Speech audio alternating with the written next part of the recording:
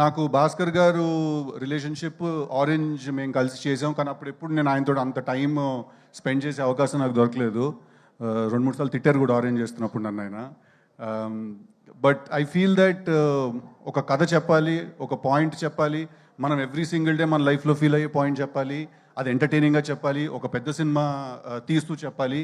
ఇలాంటి ఎన్నో రిక్వైర్మెంట్లు నాకు తెలిసి బయట ఉన్నా లేకపోయినా ఫస్ట్ ఆయన బ్రెయిన్లోనే ఉంటాయి. దట్ ఆయన పెద్ద టాస్క్ ఇచ్చేసుకుంటారు. సో ఆయన నాకు ఈ కథ చెప్పిన తర్వాత నుంచి మేము చాలా రోజులు మేము కలిసి ట్రావెల్ అయ్యాం, మేము కలిసి పార్టీ చేసాము, కలిసి చిల్ అయ్యాం చాలా. నాకు ఆయన మీద ఉన్న రెస్పెక్ట్ ఏంటంటే, ఆయన ఎవరైనా వదిలేస్తారేమో ఒక పాయింట్ తర్వాత, ఒక సినిమా రాత్రి పడుకునే ముందు మర్చిపోతారేమో, నెక్స్ట్ డే పొద్దున్న మళ్ళీ వర్క్ స్టార్ట్ చేస్తారు. బట్ ఐ థింక్ భాస్కర్ గారు నాకు తెలిసి ఆయన ఆ సినిమా అయ్యే వరకు పడుకోకుండా ఆ సినిమా గురించే 24/7 ఆలోచిస్తున్న మనిషి ఎవరు అంటే అది భాస్కర్ గారు.